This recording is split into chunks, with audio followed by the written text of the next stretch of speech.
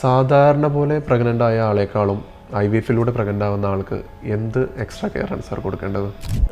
ഒരു IVF ചികിത്സ എന്ന് പറയുന്ന ഒരു ചികിത്സയിലേക്ക് എത്തുമ്പോഴേക്കും ആ പേഷ്യൻ്റ് പലപ്പോഴും പല ട്രീറ്റ്മെൻറ്റും ഒക്കെ എടുത്ത് ഓൾറെഡി വളരെയധികം സ്ട്രെസ്സൊക്കെ എടുത്തിട്ടായിരിക്കും ഈ ട്രീറ്റ്മെൻറ്റിലേക്ക് എത്തുന്നത്.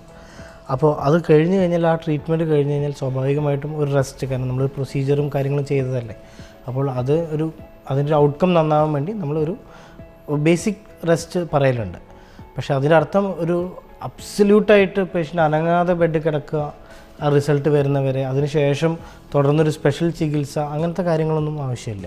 ഇതൊരു നോർമൽ പ്രഗ്നൻസി തന്നെയാണ്. പക്ഷേ ആ പ്രഗ്നൻ്റ് ആവാനുള്ള മെത്തേഡ് നമ്മൾ കുറച്ച് അസിസ്റ്റ് ചെയ്തിട്ട് ഉണ്ടാവുന്നതാണ്. അപ്പോൾ അതുകൊണ്ട് ഒരു എക്സ്ട്രാ കെയർ വേണമെന്ന് മാത്രമേ ഉള്ളൂ. അല്ലാതെ നമ്മൾ സാധാരണ പ്രഗ്നൻസി ചെയ്യുന്നതിൻ്റെ അപ്പുറത്തേക്ക് വേറെ ഒന്നും ഇതിൽ എക്സ്പെക്റ്റ് ചെയ്യേണ്ടതില്ല.